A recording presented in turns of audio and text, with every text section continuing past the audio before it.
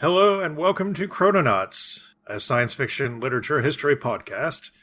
This is JM and Nate here again, and this is the second of a two-part series recorded on the same day that we decided to release separately. The previous episode was on David Lindsay's A Voyage to Arcturus, and this one will be on C.S. Lewis's Out of the Silent Planet.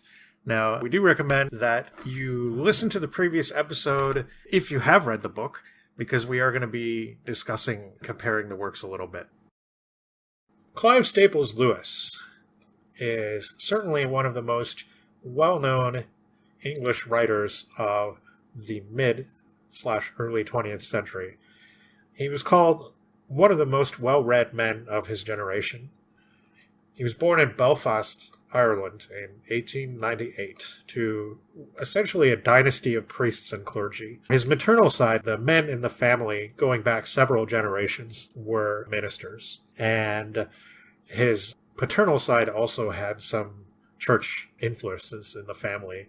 These, of course, were Protestant Irishmen, and he was the youngest of two children, his older brother Warren being close to him almost to the end, pretty much. But as well as writing theological papers arguing for the salvation of all, unlike his bigot maternal grandfather, his paternal grandfather had this amusing way of writing little sort of juvenile science fiction stories to amuse the children. So perhaps this was an influence on Lewis later in life. But C.S. Lewis is known most notably as a Christian apologist, somebody who wrote extensively about both medieval and Renaissance literature. And in fact, he was a professor at Cambridge for many years. Although he was brought up in Oxford, that's where he attained his degrees, and that's also where he met his friend J.R.R. Tolkien, who he also remained close to through most of his life, from the late 20s onward. Now, his mother died when he was quite young, and this ended what he termed the most idyllic, imaginative period in his life, which was his childhood.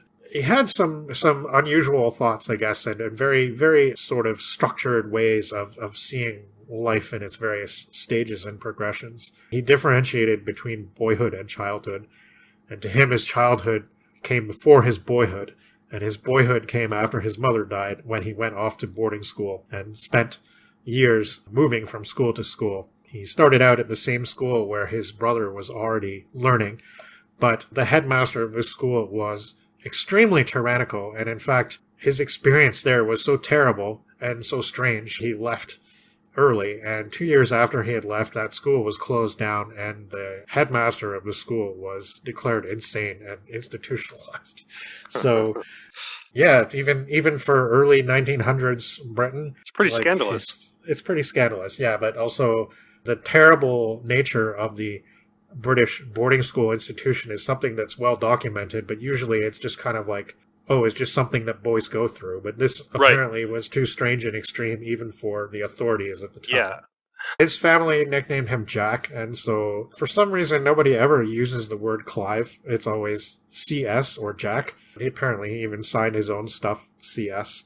So in all the biographies, they never use his first name. It's sort of funny at times, I think. Of course, he's also very well known for the Chronicles of Narnia, which he wrote in the 1940s. So it actually follows the Space Trilogy, which we're going to be talking about more today. Yeah, I still haven't read any of the Narnia books or seen what they made, one or two films. I know they tried making a few live-action films after the success of Lord of the Rings, and they did. It didn't really work out, I don't think. Well, in a strange story, the first film was quite good, apparently. I haven't watched them either, but I did read all the books when I was a kid. But the first film apparently did quite well, but for some reason they weren't fast enough, they didn't keep churning them out fast enough, and it just couldn't compete with Harry Potter and Lord of the Rings, and the kids apparently got too old, and this was a Disney thing, and I guess they just weren't on the ball with it. They wanted to cash in, and they had a great opportunity in those books. No, for sure.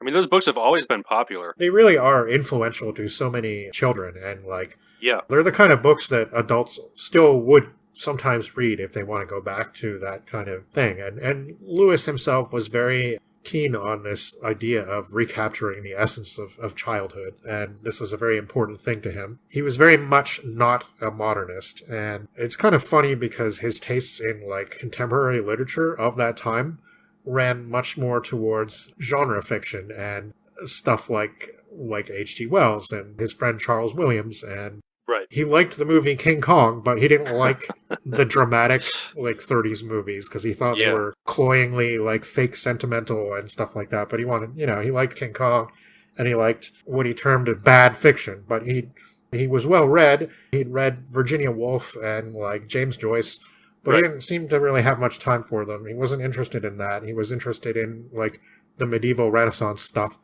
and that was where he looked for, like, true literature. But in terms of, like, his modern tastes were much more populist, I guess. Mm-hmm. So it's kind of interesting, but he read a lot, and he kind of like H.G. Wells and some of the other writers we've talked about in our Chrononauts podcast.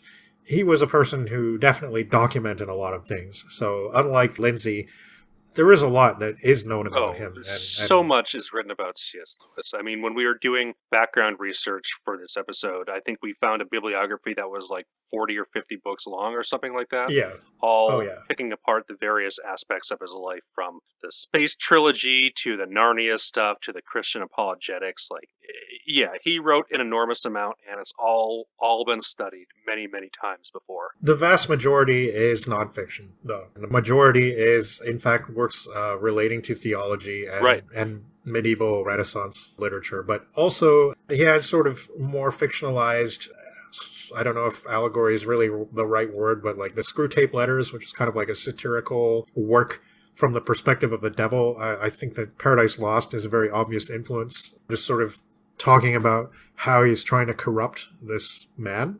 Yeah. And it's written like from that perspective. So, I mean, it's humorous, right? But it's obviously on the Christian side of things. Mm-hmm. That's kind of interesting. And yeah, the Narnia books, when I was younger and I read those, I certainly didn't pick up on the Christian allegory. That didn't even register to me. So it was actually a surprise later on when I started to read that was a thing. And I'm like, oh, I never thought of Aslan as like the Christian god and so on. But that's a thing. So this sort of godlike being would be something that comes up in the space trilogy as well. So he might have got this from his friend Charles Williams, who was also a Christian and wrote sort of spiritual thrillers, I guess almost you could say.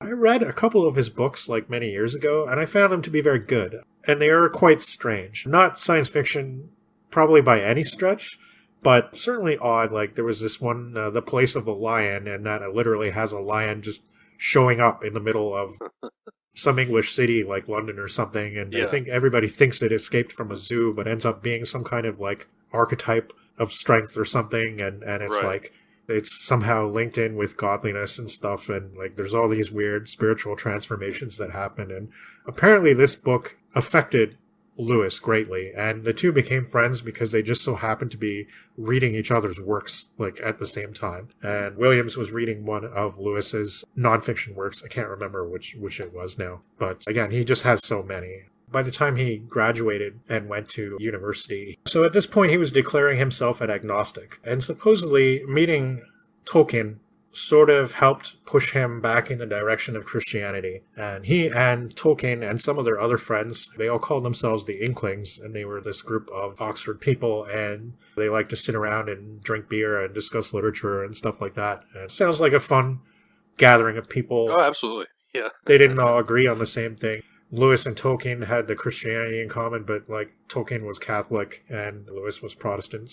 But they got along very well, and at one point they were sitting around, this would have been in like 1936, I believe, and he said to his friend Tolkien, he said, "Tollers," it's such an English nickname, Tollers. "Tollers, there's too little of what we really like in stories. I'm afraid we shall have to try and write some ourselves." From that discussion, they each determined to write an adventure story. Tolkien was to write a story about or dealing with time travel, and Lewis was to write a space travel journey. Now, the two writers had very different approaches to how to construct stories. As is well known, Tolkien was the sort of writer who was endlessly working on things and revising them, and essentially never really finishing them it was always a work in progress with him. And that wasn't like a negative thing. That's just how he went about things. But that's also why, besides Lord of the Rings, there are thousands and thousands of pages of just notes that have been collected and sort of formed into semi-coherent forms, not just in the Silmarillion, but in like the History of Middle-earth volumes that were published by like his son, I guess. So Tolkien had started this story called The Lost Road. It's notable for being the only fictional attempt by Tolkien to depict the 20th century in any way. He was just not into that. He wanted to do these make-believe lands and these historical landscapes and stuff like that. But he never finished the story. That's just the way it was with Tolkien. He didn't write a lot of fiction. His main interest was philology and languages. And when he first met Lewis, he said that he had no great interest in literature. And Lewis and him got into several arguments about this. And Lewis had actually written in his diary, "He seems harmless and probably just needs a smack or two." But Lewis, his approach was very much more easygoing about writing. And so Lewis just sat down and cranked out of the Silent Planet very, very quickly. And I believe it was rejected by the first two publishers, but it was eventually published by Bodley Head in 1938. And Lewis wrote this book and read it aloud to his friends, chapter by chapter. So you can just imagine the atmosphere. And this is something they did very often, apparently. Just sitting around maybe a table somewhere, probably drinking pints of ale, and Clive sort of reading this thing aloud, which apparently he was quite good at. Yeah, I can imagine. Yeah, and it wasn't just these, it was some of his other nonfiction works too that he was fond of doing this with. And so there's actually some speculation sometimes whether things that he wrote are actually things that he meant or whether he just did that sort of to play around with his friends. Like, at times, his theological points seem like maybe extreme and unfair, and there's some debate as to whether did he actually mean what he was saying, because like there are certain contradictions in his theology. Like at what point he seems to say that hell's not really a thing, and that he kind of makes fun of the idea of hell. He's like, God is a landlord, and you better not displease him.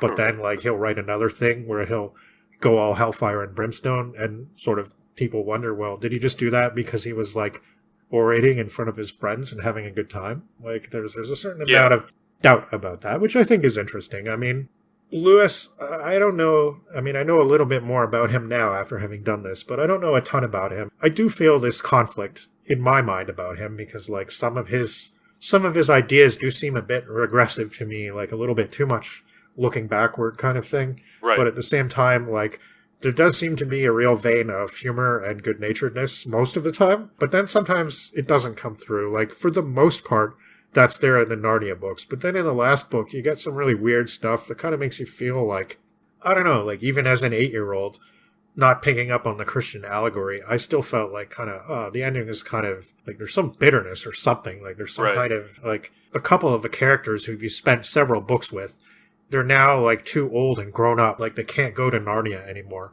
and they're all obsessed with like material things. And it's just like the way he writes off a couple of these characters, especially one of the female characters, it's not very nice. And you know, you're just kind of like, I don't know, you know, I mean, you made me like this person, and now you're saying she's just this like materialistic woman obsessed with like clothes and fashion, and I don't know, it made me feel not so good. But I think for the most part, his attitude seems quite positive. And as we'll see as we go through Out of the Silent Planet, there's definitely a slant of real anti-imperialism, which I think he borrows in part from Wells. Oh, yeah, he absolutely does. I mean, he mentions him by name several times. Oh, yeah, several times. And he is definitely a fan. Like, he mentions him in other letters and essays, too, quite frequently. But, I mean, he also said that because as he was going through schooling, even though he was an agnostic during a lot of that time, he also found, like, some of the atheistic thinkers like Wells and George Bernard Shaw and stuff,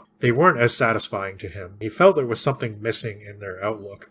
And I think that was, again, one of the things that drew him more towards spirituality and Christianity.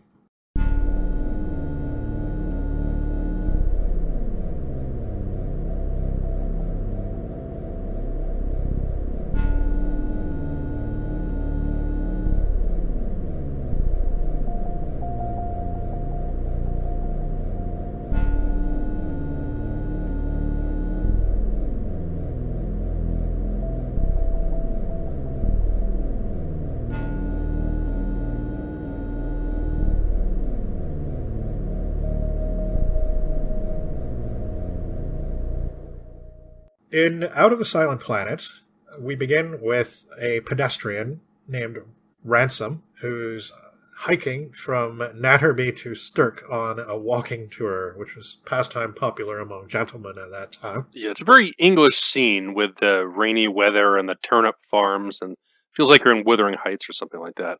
Oh, yeah. Yeah, it's more like, it's that, but it's cozy as well. Like, Yeah. it has, and I want to make a comment in a bit when we get to encounters with our two antagonists, but he's tired and he wants to rest somewhere, so he stops at this cottage. He wants to know if there's like an inn nearby where he can spend the night or something. And the woman who answers the door is all upset. She's wringing her hands about something. And apparently her son, who works at this farm, has not come home yet. The woman doesn't like the people on this farm. There's this weird professor guy, and there's also this person who's come from London. And she speaks very ominously about these people. But Ransom decides to make his way there. And again, yeah, it's very English because he's like, oh, the weather's really bad. Maybe I can, how does he put it? He says, I can expect some hospitality. Like, yeah, right. It's not like, I can ask them if I can stay the night. It's more like, oh, maybe they'll be good enough to do this for me because I'm just a cool Englishman and all that. Definitely a bit of class stuff in this first chapter here with the lady and the son. Yeah, I think so. So Ransom makes his way there, and he finds this boy, the son, struggling with these two men. And it turns out Ransom knows one of them from school. And this is Divine. And there's some dislike between the two. And Divine is a little sarcastic about the warmth of the greeting. His companion is Weston, a big, loud-voiced man, a physicist, apparently. He apparently has Einstein on toast and drinks a pint of Schrodinger's blood for breakfast. I guess that's how we know what kind of man he is. Yeah. It's not described in this way at all, but I just kept picturing the icon from the John Waters films, Divine, as the character. Oh, wow. I didn't think of that at all. That's really funny. Yeah, that would have been funny to picture. Yeah. Yeah.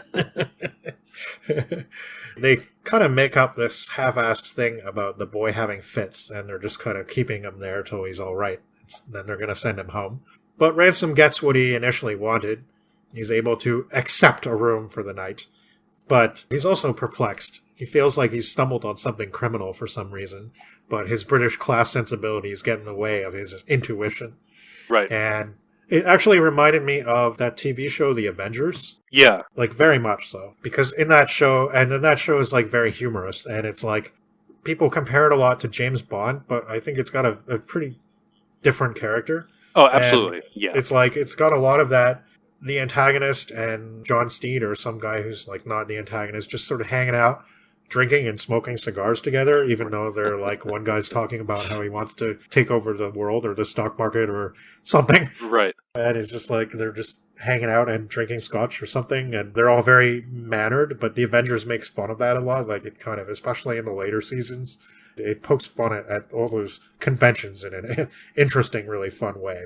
But the boy's like, he's kind of denying that they had good intentions toward him, and he's like, they're going to send me to the laboratory, and he doesn't want to go there anymore. But he's really upset about it. Yeah, he's really upset about it, but he does get to go home, so that's good for him. In fact, it seems to be Ransom's arrival that's made Divine in particular decide that they don't need this person anymore, this boy anymore. Ransom thinks about Divine and how he and certain of the other boys admired him for a while in school, but Ransom had realized pretty quickly how much of a bore he really was.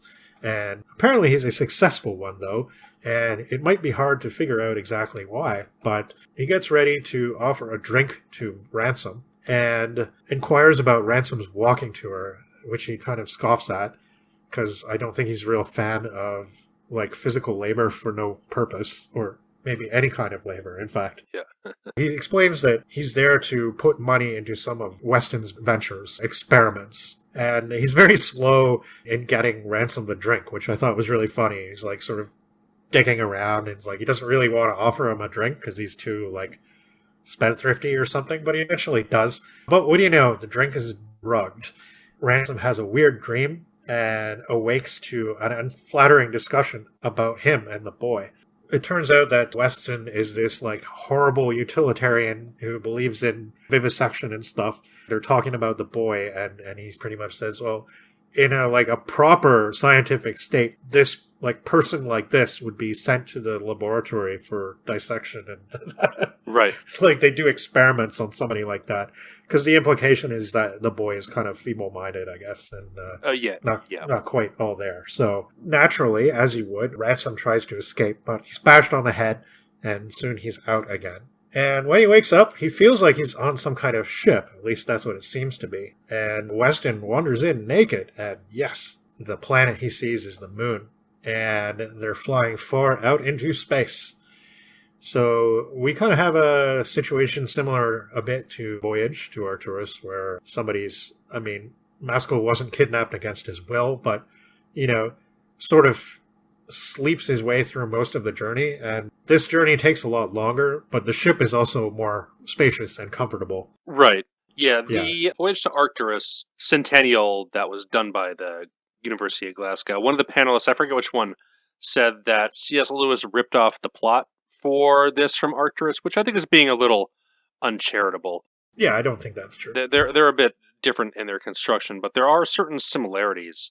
In fact, I think that the novel it bears the most similarity to, if you're going to call it a ripoff of anything, would be H.G. Wells' First Wind on the Moon, which we'll see direct comparisons to coming up quite shortly. Even the initial setup of Weston and Divine being these kind of scheming scientists that don't really care about any ethical issues at all. They just want to make money. Divine is obviously kind of like the Bedford character. Yeah, right, exactly. Yeah. But I think Wells was a lot more sympathetic towards Cavour. Yes, absolutely. Wells, yeah. I mean, we'll see Lewis's take on it is different than Wells's. And he even comments on that in the text. So he says they're going to Malacandra, Weston does. Weston hangs out with Ransom for a little bit, and he says they're going to Malacandra, but he won't say what or where that is. He just says that it's in the solar system. And he's pretty rude and abrupt, and he doesn't encourage talking, so basically it's a month of boredom. But for some reason, Ransom's surprisingly not that troubled. He has periods of fear, but they're mostly related to his companions and what they're saying and doing, and not to the journey itself. He decides to sort of pull his weight a bit, and he cooks for them, mostly because he's not really fond of their cooking, so he just sort of takes charge of the kitchen. Through some interaction with his companions, he kind of he realizes the Divine doesn't really care about science or the future of the species at all, which is Weston's motivation.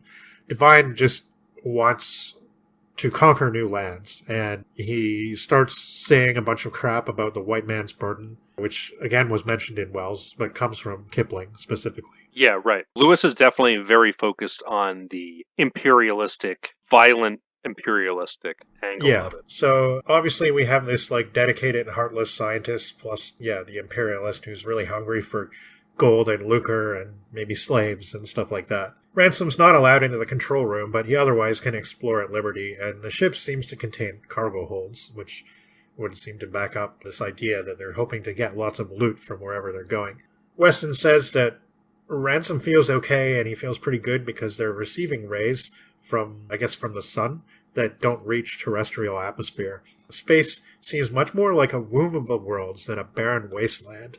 Ransom even supposes space may be a blasphemous word for it, and the heavens, as it was called by older writers, was a much more appropriate name for it. He overhears a conversation, again, between Divine and Weston, and it becomes clear that he was picked as essentially some sort of sacrifice. At least that's what Divine thinks.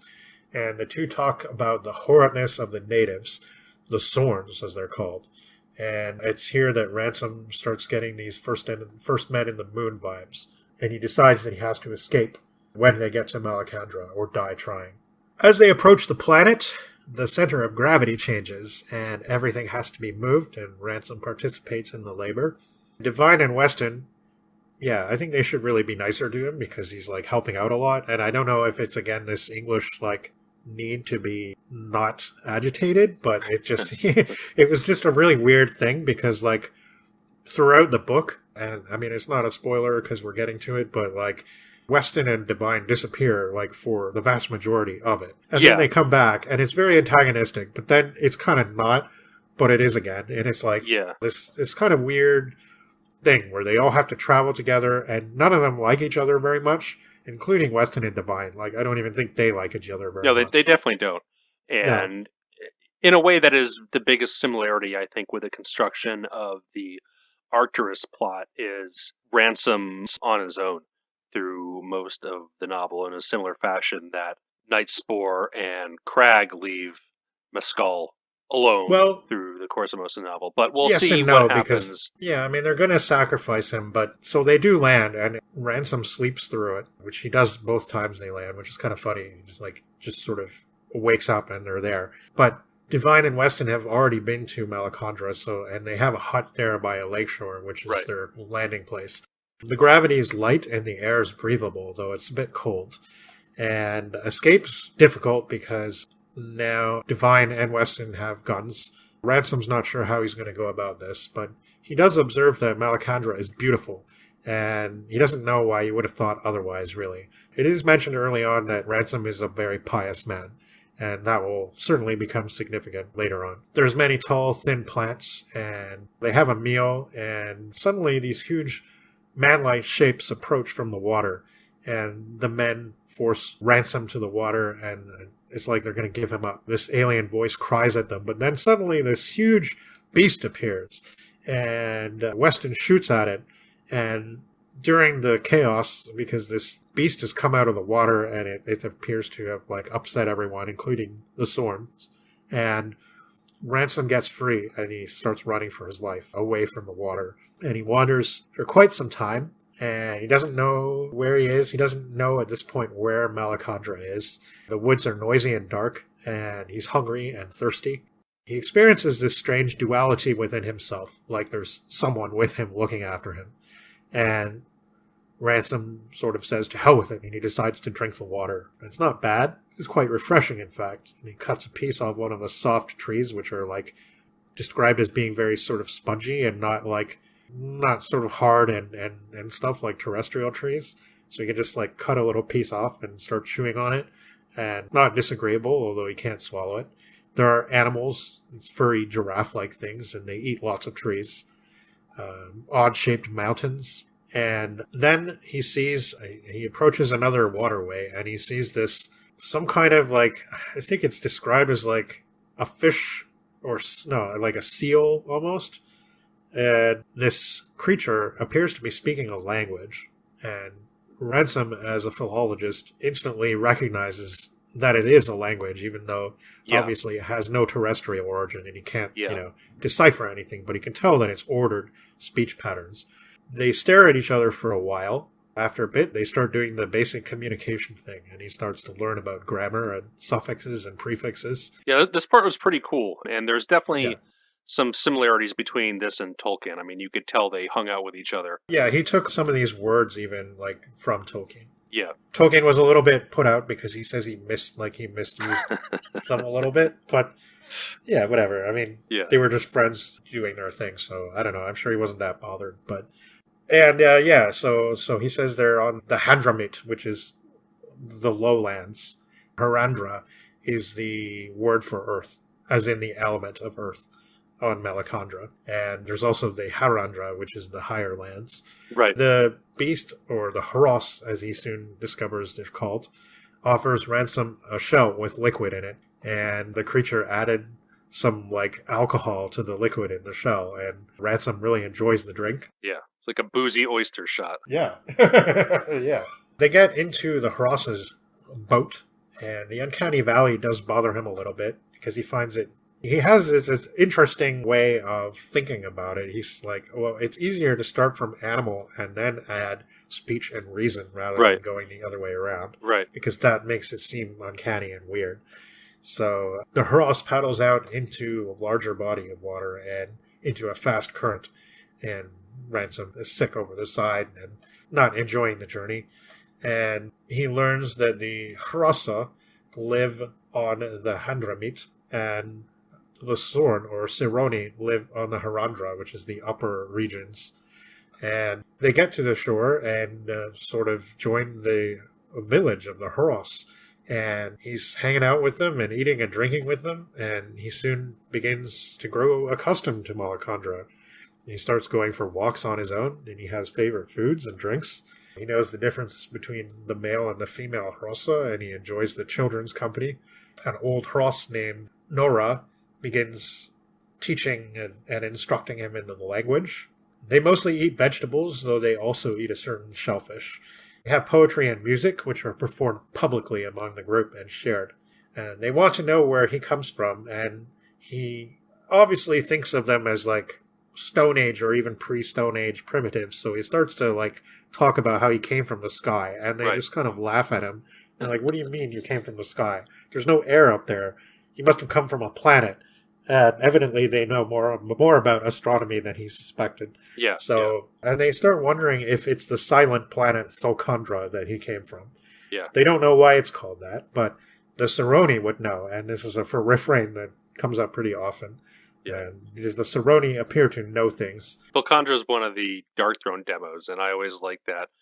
Reading these books, catching metal references like, oh, that's where that came from. I know, yeah. It was old friend Alfred from Prince Edward Island who pointed that out to me way back in the day, because he was really into this kind of stuff. And I never got to find out if he read A Voyage to Arcturus, but like he was the one that introduced me to Clark Ashton Smith and stuff like that. So he's really into this, and it's kind of surprising the Darkthrone reference, because I didn't think that they were into stuff like this so much, but apparently so. Yeah, apparently so. So they tell him that he should go see Oyarsa in Meldalorn. Meldalorn is probably one of the most Tolkien-sounding names in here. It just makes me think of like the Elven land or something like that. Right. But so none of the characters we meet are particularly Tolkienish. The Cross kind of struck me as like giant otter seals, and you don't really meet anybody like that in Tolkien.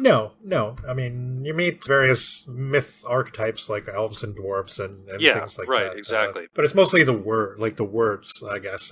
No, yeah, I mean, I see what you mean with that, but I mean, the actual species and races we meet here are really quite different than what Tolkien had set up. Yeah, definitely. I think that Narnia is a bit more traditional fantasy, although it's certainly not as steeped in like mythology and world building as Lord of the Rings, but it's definitely a lot more of the traditional fantasy tropes are in those books.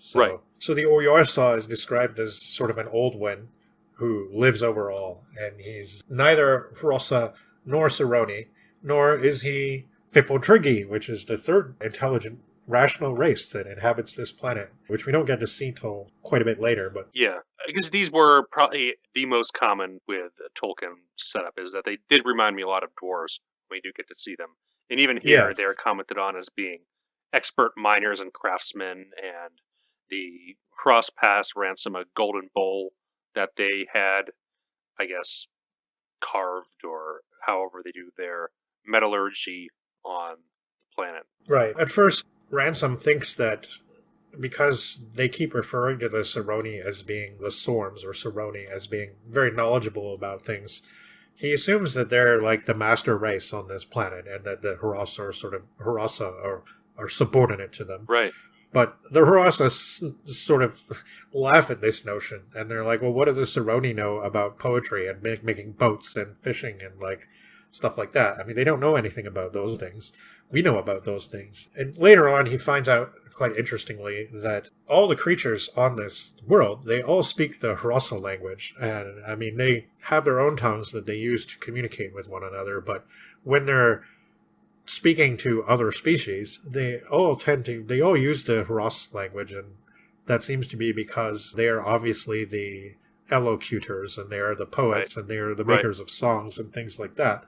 So it makes sense that that's the language they would speak. Yeah, Ransom is kind of naturally expecting an English-style class structure. Oh, yeah. Here, and that's really not what he has at all. Right, exactly. It's interesting because this ties into a lot of Lewis's own thought about what might happen when people go out into space, and how you might not recognize things that are very important to be recognized. And he also learns about the Mel-Eldil, who is sort of like the central spirit of all creation. And Oyarsa, who is like their ruler, did not create the world. He just runs it, it seems. And the Mel-Eldil is this sort of great spirit. All that's sort of coming on, but he wants to know what would happen if the Saroni tried to force the Hrossa to do things. and exploit them, and it's difficult to even express in the language. So he's kind of thinking about what will happen when humanity starts to spend more time here, for instance. Yeah, that's one detail I liked here is the inability to express certain concepts in a foreign language. Right, yeah. Concepts that are unique to humanity and humanity's behavior, and how on a different world society might play out in a different fashion where such an idea would never be encountered, and thus there would be no word for that. Right, and how do you express things when there's no word for something? Right, exactly. And there's some interesting stuff coming up with that towards the end. So naturally, they ask about Earth too, and Shades of the Wells again. He feels like he should be hiding things about humanity and what we're really like. And he remembers Cavor's fate when he talks to the Selenites. Yeah, again, directly mentioned by name. Yeah, he's mentioned by name, which was cool. But he also says he's just shy, which is also kind of adorable. It's like, he's just shy. He feels naked, just talking about home and what it's like. And I think he's starting to really feel at home among the Hrossa. So describing things like what it's like in English society suddenly seems like it's maybe not quite seeming like it can compare, maybe. So the Hrossa start making poetry about Thalkandra now, and they're interested in the water beast thing he was running from, which is apparently called a Fnaka or something. And some of the names in the book are a little weird and hard to remember and say. And there's some parts where it's just like an outpouring of strange names, and it's the kind of thing that people who don't like science fiction like to point to about when they talk about how unreadable most science fiction is. It's like people just make up all these names, and they're like, it's not that bad, but there were a couple of parts where all right, so there was an audiobook that I listened to part of this, and I found that I had to keep stopping it, because even when I started to try and concentrate on anything other than listening, I was like, wait, what did you just say? Yeah. I had to be reading it, because there are certain parts where, it was just throwing names at you. There's the Meleldil, and there's the, I haven't even mentioned yet the Eldila, which are invisible to Ransom anyway, but they're spirits that just kind of hang out on Malacandra and talk to. Yeah, well, I think this is the time where he first hears of them. The reader sees them in the book. Yeah, they're about to go hunt the Hanaka beast, and here he encounters a girl who's talking to one. Right. But he doesn't see or hear who she's talking to, and she's very shocked when she learns that he can't see them or hear them. But he can, in fact, hear them if he's listening carefully, which turns out to be significant in a moment, because his friend Hayoi, who is the first Hross that he met, takes him on his boat, and they're going to go hunting this beast. And it reminded me of a whaling expedition. Yeah, absolutely. Yeah. Sitting in the boat with all these big spears, and they're ready to chuck them at this massive beast. It sounds kind of dangerous, and the Hross really enjoy it. It's like a major part of their culture. Yeah. And there's interesting discussion of memory and what it means to do things, and how remembering is just the completion of the actual event, and how when you do something and you've accomplished it, that's just the beginning of what that thing is. Right. And so it's an interesting, different way of looking at the world that Ransom really finds that he likes. Again, he's talking to Hiyoi on their journey about things, and he brings up the concept of overpopulation, and he wonders what would happen if Malacandra ever became overpopulated. And that's how that whole discussion comes up, because Hiyoi says that they only spawn once, and then they remember it for always, and they never want to do it again, because, that's part of the joy of that moment, is living it forever in your memory. Right. So to them, the whole concept that the world might become overrun by their respective kinds seems impossible. But Ransom asks Hiyoi to imagine a bent or crazy person writing a crazy poem. And it's a real mental stretch, but Hiyoi does say there are poems about, for example, one person who saw everything in two. And so he wanted two mates, and this is apparently a very unnatural state of being. Ransom marvels that the instincts of the Hrossa so match the ideals of the man. So I think it's interesting, and again, we're starting to see kind of the religious face poking through, I think, in the text at this point, where it's humanity is obviously a fallen species, whereas the Hrossa are not. So, they sort of have the innocence of children in the Garden of Eden or something like that, even though Malacandra is not that idyllic, because it turns out there was a great cataclysm on the planet a long time ago that rendered most of it inhospitable. And it is, in fact, older than Earth and sort of dying. So it's not necessarily a paradise. But the creatures that live there are so directed by their motivations and their way of being that the concepts that are so well known to humanity, like the greed and the desire for expansion and things like that, are unknown to them. But Ransom is really imbued with confidence. He wants to prove himself on the expedition. He wants to prove his hana, which is sort of like the Harasa word for, I guess it's kind of like spirit or bravery, but it also is like the thing that all thinking creatures have. So I was a little bit unclear on what the hana actually meant, but I guess I have a vague idea that it's sort of like, yeah, spirit, essentially. It's linked with bravery, and it's linked with, like, honor, I guess, and things like that. One might even say perhaps manliness, but I don't necessarily mean that in a way that dismisses the female of the species, but just in the sense of how people perceived it, especially back then, as somebody had to prove their manliness or prove their hana, as the people of Malacandra would say. But he does hear an Eldil at this point, and it speaks and says that Ransom shouldn't be there, and he's being followed by Weston and Divine, the bent men, or the bent hana, and he shouldn't be found anywhere except near the Oyarsa on this island of Maldorn, and that's where he was supposed to go, and that's where he should be. Ransom is like, oh, can't it just wait? Can't we do this first? And he doesn't actually get a chance. They don't have a chance to debate it, because it's at that moment that the Hanakra beast shows up. They do kill it, and it's very victorious, and they all embrace, and they're very elated, and they go on shore, and Ransom feels like one of them, and everything's so happy, but then suddenly there's a sound of a rifle shot, and his friend Hioi is hit and falls down, dying, and Ransom is so devastated, and he, like, pours out his heart and begs for forgiveness, and it's horribly tragic, and, like, apparently they always do what the Aldila say, and they really should have sent him on his way a long time ago. Right. But Hioi tells Ransom not to worry, and he says, just be on your way.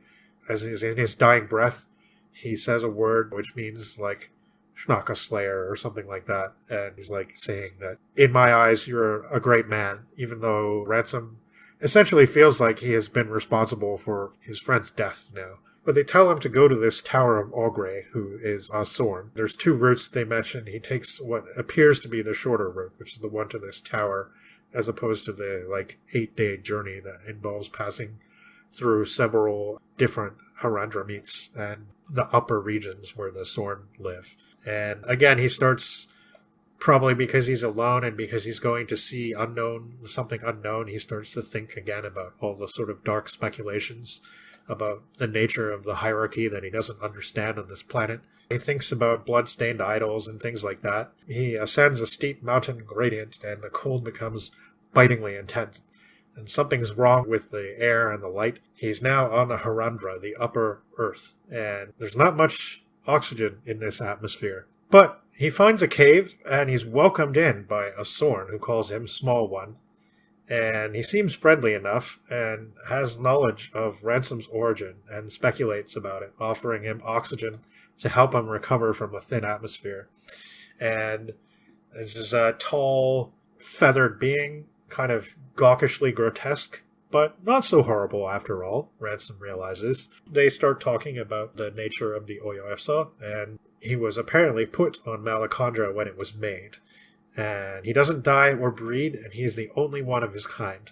But there are other Oyarsa on other worlds, and he seems sort of like a superior Eldil, I guess, as the Sorn Ogre describes him. He attempts to describe their conception of physics in relation to the Eldila.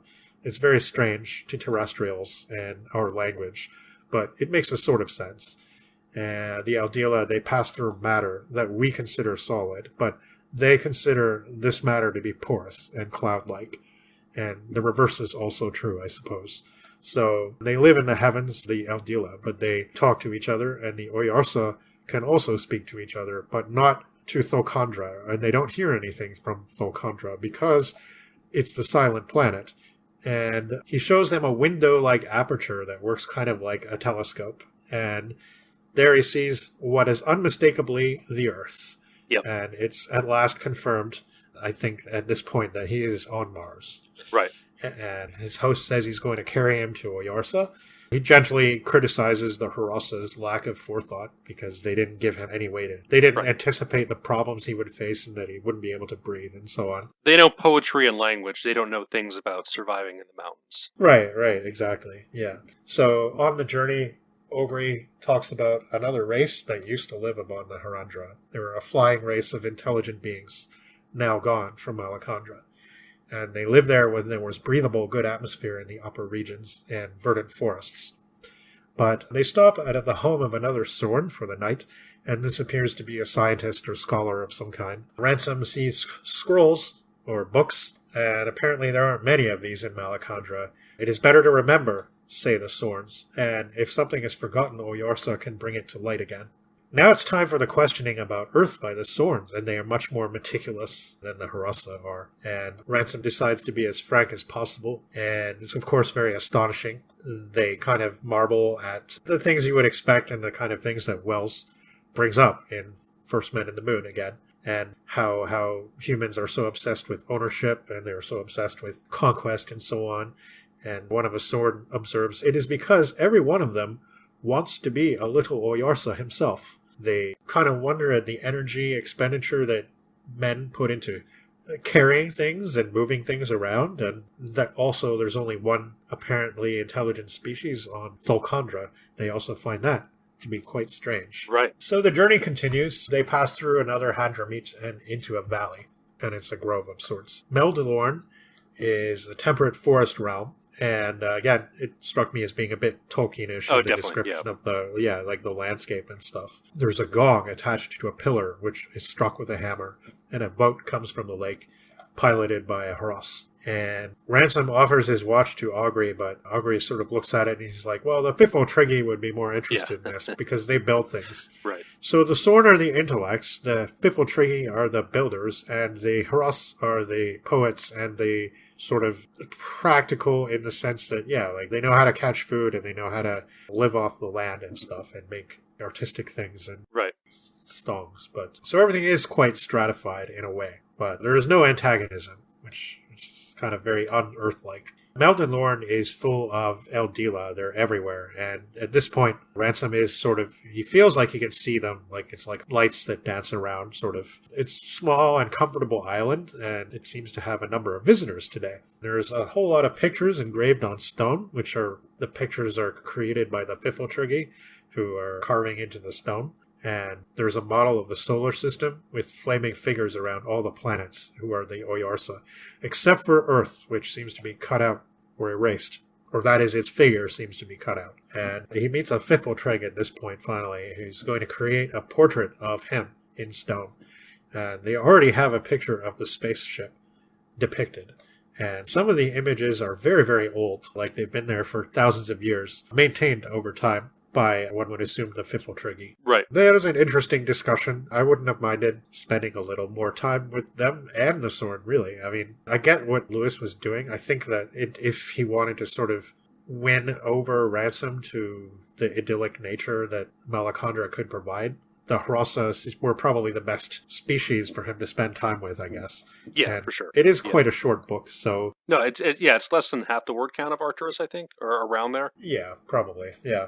Oyarsa does finally summon Ransom to an audience, and again, he can almost see him, but not really. And he learns about the Oyarsa of Thulkandra and how he seemed to go mad and power crazy and became bent, which is the word that they always use in Malacandra to describe, like, insanity, essentially. Right. Something wrong. So there's very obvious parallels to Lucifer. In fact, it's not even a parallel. It's a straight, like, allegory, pretty much. Yep. That obviously the Lightbringer is the Oyarsa of Earth, who made war on the Mel-Eldil, who is this like god spirit of this solar system, I guess, maybe the universe, and all the other Oyarsa of the different planets, because like humanity, this particular Oyarsa had the desire to expand and to attain more territory for itself. So he is the one that brought the cold to the Harandra, and there was war, and he was bound, to the air of his own sphere. And that's why it is the Silent Planet. And that is also why it's the name of a Darkthrone demo, I assume. Yeah, right. Oyarsa doesn't understand why everyone fears to come to him from Thorkandra. The first two, Divine and Weston, they thought Ransom was needed to be eaten or as a sacrifice. And 4 years ago, Weston and Divine had come from Thorkandra. And Oyarsa had tried to make it comfortable for them, and he tried to be kind, but insisted that someone go see Oyarsa now. And they wouldn't. They probably didn't even understand what was being asked of them, though. And I actually thought that this was a little bit unfair, because there's a lot of, like, why didn't you come earlier kind of thing, and, like, right. I don't know. I mean, I just don't... And again, it's kind of... This book was written not too long after Lewis's real conversion, and I just kind of wonder if, like, this is kind of the author chastising almost himself for just being, like, so reluctant at first. Yeah. It just seems like, what reason would Ransom have had for understanding that this was so important? Right, exactly, yeah. I kind of wondered where the novel was going up to this point, and when it gets here, it's like, oh, okay, fine, that's where we're going with this. But, yeah, and you said that when we were talking about it, and yeah. So, like, it's from this point on that you really can't ignore the essence of where, this... I wouldn't say he really beats you over the head with it, but he makes it pretty obvious what he's trying to say here. Right. It is at this point that a procession shows up. It's Harosa carrying burdens. They have some dead Harosa with them, and 2 human beings.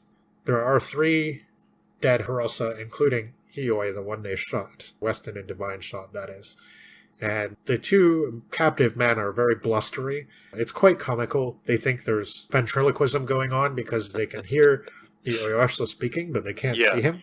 Right. And they both have very different attitudes about how to deal with it. Like, Divine is kind of like, oh, we should appease him. And Weston's like, no, we have to show our superiority. And he, like, starts shouting and saying, like, we'll kill you all, and we are powerful men, and we have weapons, and they're all just laughing at him. And Weston is definitely the louder of the 2. Divine is a little bit cowed, actually. He's a little bit like, can we just take some gold and go home? Like, we won't bother you again. He's very timid at this point. But Weston is like... Definitely pushing the might is right, struggle for existence type thing. Big time, yeah. So the Harasa take him away, Weston, and they, like, dump his head in cold water a whole bunch of times. And his hat falls off. And first they think, like, they broke his head somehow, but then he realized, oh, he's just wearing this funny thing on his head, I guess. Yeah. I was surprised his hat didn't fall off earlier, actually. But... But Weston, he can barely speak the language. So, like, when he comes back and they have, like, almost like a trial in front of the Oyarsa, and at first, like, Weston's trying to speak for himself, but he sounds like the kind of primitive person that he's attempting to castigate. Like, he sounds like somebody who doesn't understand the language very well and is, like, just being a dumb brute, essentially, even though he's supposed to be this, like, learned scientist. So Ransom translates for him. Yeah. And there's some interesting difficulties of translation again, and due to the incomparable concepts. Weston talks about conquest and the right of man, and loyalty to man and his progeny is the most important thing to Weston, but Oyarsa kind of picks it apart as an absurd philosophy, because it doesn't mean that Weston is respecting either mind or body, but the mere act of procreation itself. I don't know, it kind of reminded me of this book that I read once called The Iron Dream, which was like this book written by Norman Spinrad that was like a sort of an alternate history thought experiment on what if Adolf Hitler was a science fiction writer. And so it talks about, like, Hitler as the character in his book, which he supposedly wrote, building an empire and ascending to the stars. And the book literally ends with this, like, giant phallic-shaped rocket blasting off into space containing, like, the seed of the Aryan race or something like that. And it's just, like, complete unbridled fascistic imperialistic, like, might is right kind of. And it's not even like... At least Lewis seems to be pretty critical of that here. I mean, he makes them much more exaggerated villains than even Wells was doing. And of course, we do have to remember that this book was published in 1938, and even though the atrocities of the Nazis were not really known in England at this time, certainly the shitty things that the party had already done and the rise of the German state and its imperialist ambitions was very well known. Yeah, absolutely. So Yeah. I think this is pretty direct commentary, and it's not an accident that in my head, I linked it to, even though the Spinrad book was written in the 70s. Yeah. It's obvious that they're kind of thinking along the same lines here. Yeah, absolutely. Yeah. Here, Weston really, because they start talking about the Oyarsa of Thokandra and what he was like. Weston actually very clearly identifies this with Satan in his mind, and he says, I think that he's right. I would be on his side. And is very, very bold about it. Right. So Oyarsa tells Divine and Weston that they can leave Malacandra the next day. But there's a problem. The angle has changed, and the distance is now much greater, so they'll need 3 months to undertake the journey. Fine, they'll have it. And also, Oyarsa has the ability to, dissolve matter, and this is actually what they do with the dead on Malacandra, it looks like. So that's why they did take the procession of dead Harosa.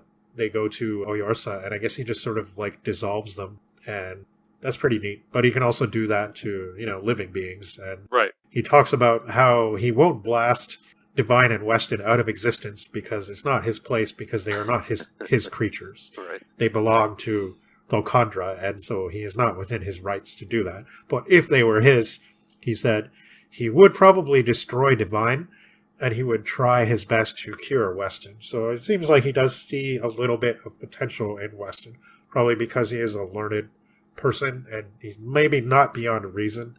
But Divine is just totally consumed by fear and greed, and he's like, there's no hope for him at all. He does this thing to the ship, which is essentially a bomb on the ship. It's not described as a bomb, but it seems like it will go off after 3 months. And so if the ship has reached Earth, great, but there won't be a ship anymore. And if the ship hasn't reached Earth, well, too bad. I guess they're all dead. But Yeah. he also says, though, that he will aid them for Ransom's sake. And he will have some Eldila going with them on the journey to make sure that Divine and Weston don't try to kill Ransom on the way and stuff. And now, there's a narrator of this book who is pretty much Lewis. And even though, this book is not really a first-person narration, he does interject from time to time. So he says that Oyarsa and Ransom have a conversation, but he's not really allowed to record the extent of the details.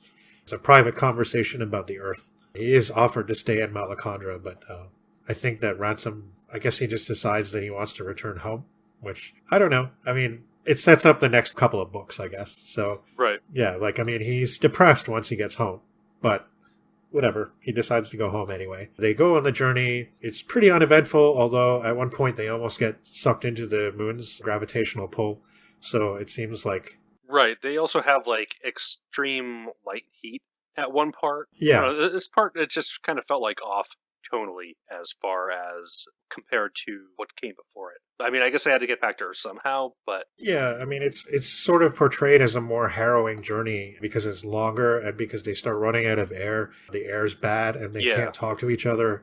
And it sounds pretty hellish, actually. Yeah, it does. Once again, Ransom falls asleep before they land. Right. So he literally wakes up and he feels that it's raining. And Weston and Divine have fled like a bunch of scalded cats, and they're just gone. And they left him. If he happened to sleep through the dissolution of the ship, so be it. But it's again weird because, on their journey, they almost seem to be cool again. Not quite, but I mean, it's Ransom helps Weston and Divine, and eventually he kind of learns how to pilot a little bit. And they're all helping each other and working as a team. And when they do talk, it seems reasonably cordial. Mm-hmm. So, I don't know. But they get home. Ransom gets out of the ship just in time, because as he's walking away from it, he feels a wind behind him and he looks back and there's no ship anymore. And I don't know where they are, but I'm assuming it's somewhere in England. That's what I thought too, yeah. Yeah. Very convenient. And he instantly goes into a pub and gets a pint of beer. Yeah. Man after my own heart. Yeah, absolutely. Yeah, that's what I would do too. But months pass and Ransom even comes to doubt the truth of his journey. And Lewis writes him, and he wants to know. He asks about some philological speculations, and here we get these weird links to Oyarses or something in a Latin text from the 12th century. Yeah. It's talking about a journey into, I guess it's one of the an old space journey or something through a dream or something. Right. The Voyage of the Platonist. Yeah, I didn't really look too deeply into that, No. but it was an interesting reference. It was sort of interesting, but at the same time, yeah, like it seemed, yeah, I mean, it was within Lewis's own purview, for sure, Oh, yeah, of his definitely. interests. Yeah. So, I mean, I know he would have known about this stuff. Yeah. So, and then they speculate about Weston a bit, and they seem to have uncovered some things, but they don't say what. More for the next book. And Right. It's become vitally important to publish this work as fiction, apparently. It's not really elucidated as to why this is, but I guess, like, people like Weston are rising in the world. That or nobody would take it seriously if it was published as nonfiction. Yeah, but apparently they'll take it more seriously as fiction. I guess. I guess some people might. Yeah. I mean, I don't know, like, people sometimes kill for Dungeons and Dragons if you believe all the Sure, yeah, right. anti-DMs. Yeah. So, yeah. And there's a postscript where Ransom writes to Lewis and talks about a lot of the things that he left out, like talks about the smells of Malacandra, and he's missing it, and he's homesick for Malacandra now. And he really enjoyed his time among the Harassa, and he relates lots of little details about them and biology and minute oddities. And it's weird because, like, it seems like all that stuff should have gone earlier in the book, but I don't know. I mean, it's I guess sort of this nostalgic reminiscence at this point. Right. I didn't really get the positioning of this. It's like you said. No. Why not integrate this into the book prior? But No. And yeah, I mean, it's an odd end. it is an odd ending, and it ends with a line, too, where he talks about the door being shut, which is like, there's no spaceship now. So the door is now shut, and any space traveling will be done by looking at old books. So it will be time traveling as well. Right, yeah. And that's kind of how it ends.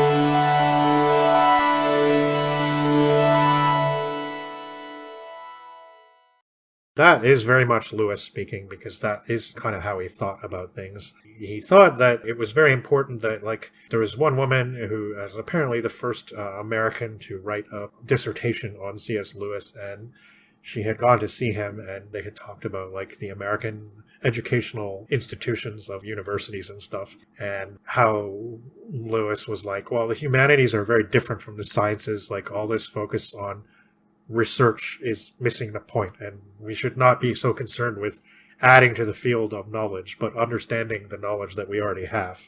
Right. He said many things about this and connected with things like space travel.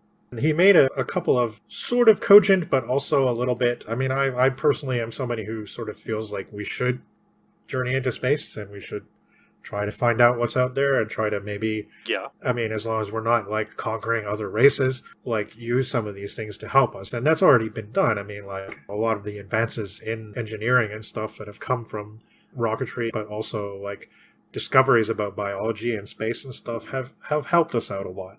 So Lewis was very interested in challenging the 19th century evolutionary principles. He saw himself as not a modern man. It's interesting, though, because through his challenge, like, some of his attitudes were kind of progressive, because at that time, evolutionary science was considered like this hardline, human, biocentric, human view of the universe, and how might is right, again, and in its place to be superior. Yeah, exactly. This doesn't need Nazis to even make that connection. Certainly, the British Empire had been operating on those principles for like 100 years or more. Yeah, definitely more. So, yeah. After the launch of Sputnik, in fact, because at this point it was starting to be realized that there probably weren't rational beings in the solar system, and he thought this was good. He said, "This thought is welcome to me, because, to be frank, I have no pleasure in looking forward to a meeting between humanity and any alien rational species. I observe how the white man has hitherto treated the black,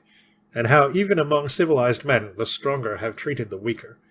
If we encounter in the depths of space a race, however innocent and amiable, which is technologically weaker than ourselves, I do not doubt that the same revolting story will be repeated. We shall enslave, deceive, exploit, or exterminate. At the very least, we shall corrupt it with our vices and infect it with our diseases. We are not yet fit to visit other worlds. We have filled our own with massacre, torture, syphilis, famine, dust bowls, and with all that is hideous to ear and eye. Must we go to infect new realms? It's kind of odd that he mentions syphilis specifically. That threw me, but I get what he's getting at, I guess. Right. Yeah. Yeah, and that sentiment definitely really comes through in this novel, too. Right. And again, another thing that he points out, which connects to what we were saying earlier about the differences that you might experience in cultures and so on, and how people perceive things. He says in this essay, Religion and Rocketry, that he wrote, he supposes that we might encounter beings who are as spiritually bereft as us, which are fine and clever and intelligent, while misidentifying beings of spiritual purity who lack manufacturing and technology as animals.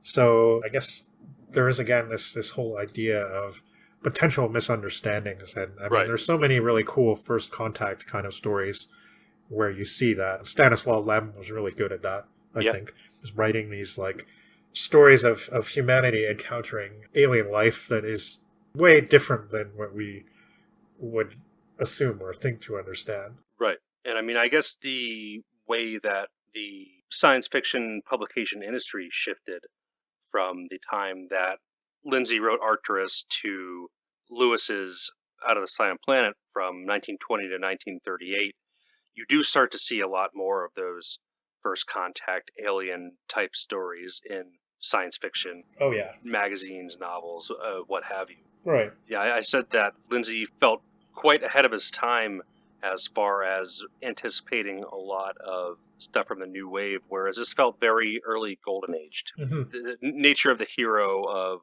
Ransom versus Maskell, even though they kind of have similar-ish arcs, felt like very, very different characters. Yeah. And the tones and I guess how they interacted with the world are very different from one another. Yeah, Maskell is harder and more like driven and kind of a weirdly intense kind of sardonic person, even though we don't really see much into either his interior life or his past. Whereas Ransom is way more like English, way more just seems like an affable chap.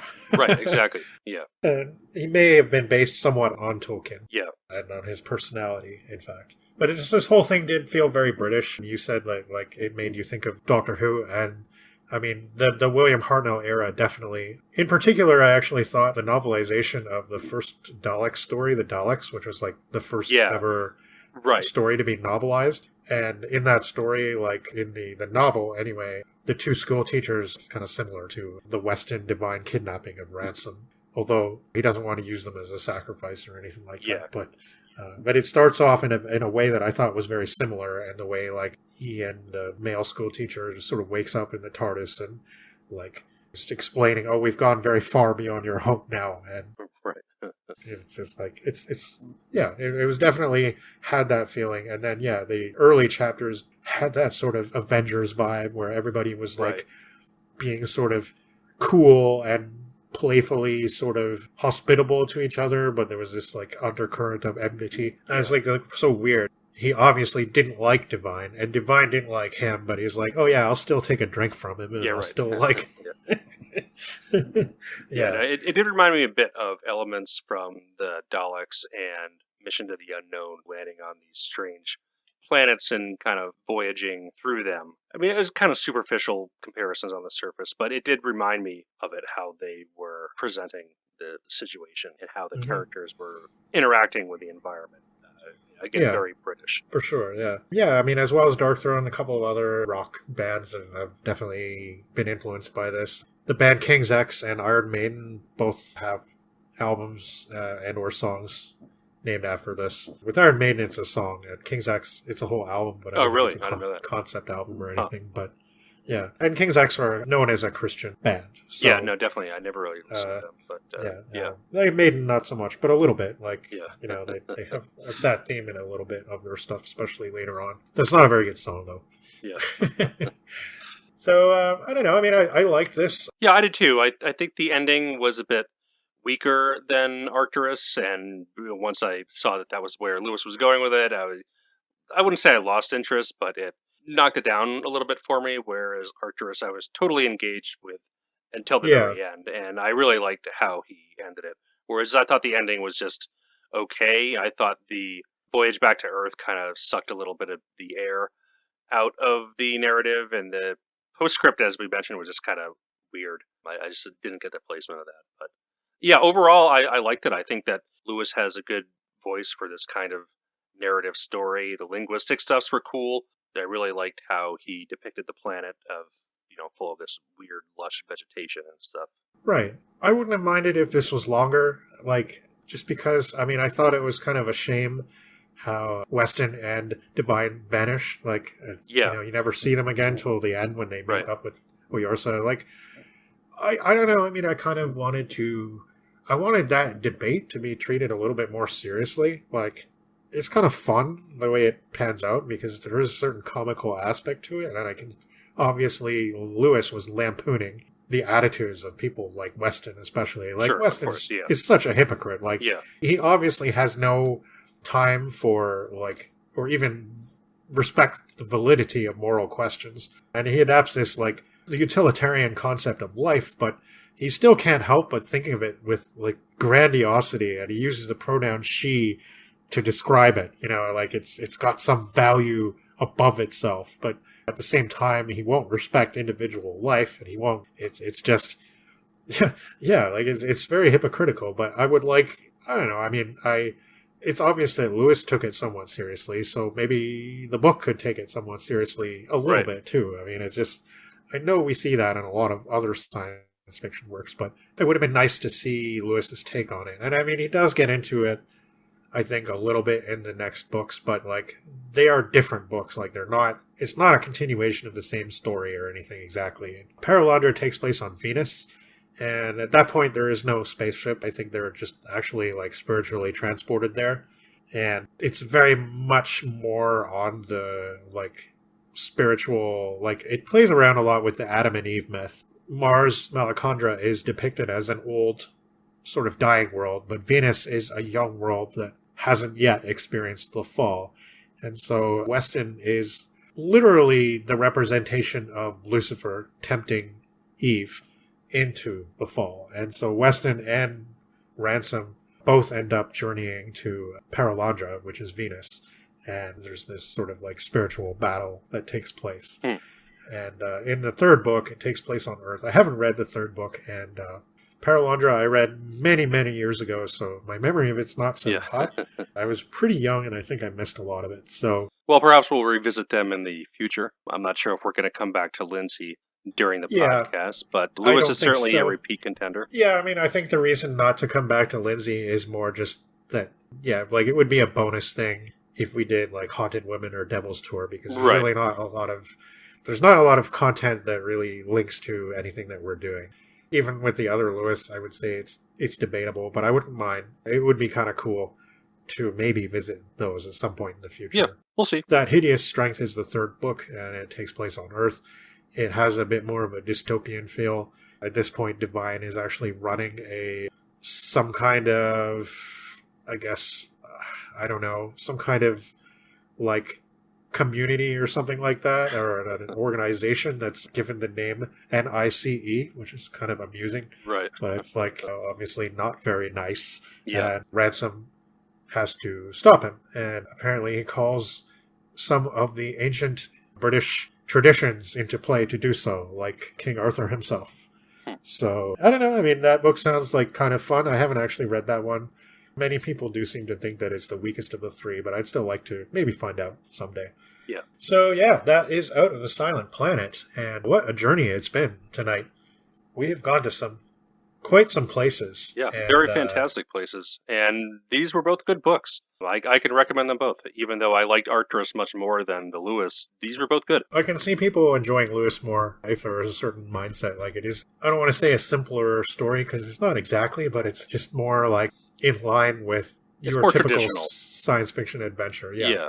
Now, once they get to the Oyarsa, like, I think that's where, even though I enjoyed the Weston Divine Ransom debate with the Oyarsa and stuff, like, I liked that part, I didn't think enough was made of it. And, like, once he had this, like, godlike being there ready to sort of protect him, just sort of reprimanding him for being a little bit fearful, but it's like gently chiding. Yeah. It was very much like Aslan from the Chronicles of Narnia, who's the lion godlike being who essentially, I guess, runs Narnia. And it turns out that even the other creatures who are sort of like the enemies in the book, or the various man tribes that are like, there's these people called the Kalormans or something. They are like, they worship a different god, but it turns out to be the same one in the end. And it's all like Aslan.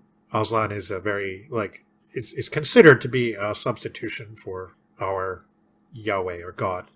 I think that the Oyarsa is sort of the same thing in principle. It definitely seems that way, yeah. Something that's very important to Lewis for obvious reasons. Sure. These books are well regarded. They're definitely read extensively, like, not just in the science fiction community, but in the Christian community as well.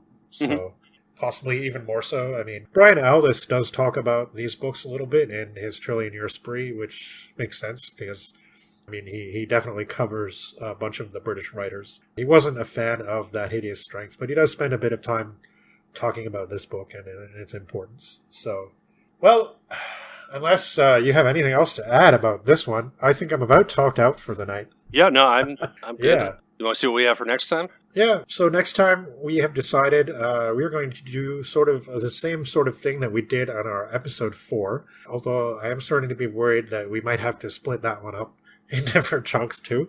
But we're going to cover a whole bunch of short stories, because short stories are very much the essence of our genre, kind of, I think. And a lot of what science fiction is comes from the short story, and I think that there's various reasons behind that maybe we'll get into next time. But we're doing a whole bunch of stories. We are going to be covering... Oh boy, where do we even start? We're going to be covering The Repair of Reputations by Robert W. Chambers. In addition to The Repair of Reputations by Robert W. Chambers, we're going to be covering Nilo Maria Fabra, and he wrote in both Spanish and Catalan, but this story is written in Spanish. It's Titan the Proud from 1895. Clarine, whose real name was Leopoldo Alas, who wrote a story called Future Story from 1893, as well as Miguel de Unamuno, who wrote a story called Mechanopolis from 1913. A story called Runaway Cyclone from Jagadish Chandra Bose, who was an Indian author and radio pioneer. We are going to be reading When the Green Star Waned by... I'm not sure how to pronounce this name. Yeah, I've wondered about this too. Nixon Dialis. Yeah, something like that. Or Nixon Dialis, or something. Yeah. This one seems like it's going to be really asked a couple weird of people, and they didn't really know how to pronounce it either. So, yeah. Yeah, American author, I guess. He's American, yes. Yeah. His first name seems to come from some... His father was apparently really into Aztec stuff. Right, it does look that way, yeah. Yeah, and his last name looks like it's of Welsh origin. Yeah. So... Yeah. We'll also be reading Tornadres by J.H. Rosny, who's a Belgian author, and Professor Bakerman's Microbe by Charles Effer, French author. Harriet Prescott Spofford's The Ray of Displacement. L.T. Mead and Robert Eustace's Where the Air Quivered. Oh, yes, the detective story. Yeah. Yeah. So, quite a bit of stories. We're doing 10 next time. We did 10 in episode 4, so...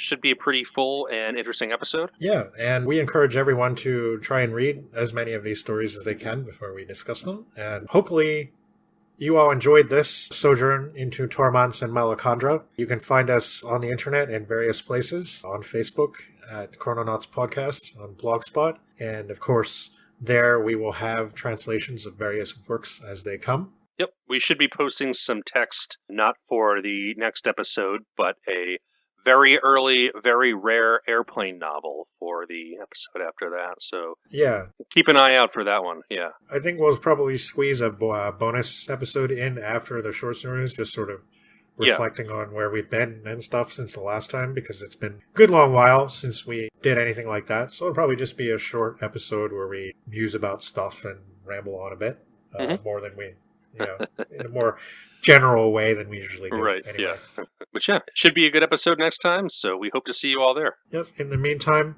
keep your heart and your eyes peeled toward Muspel, and remember to respect the creeds of life and all the ill deal around you. And we will see you next time. Good night. Good night, everybody.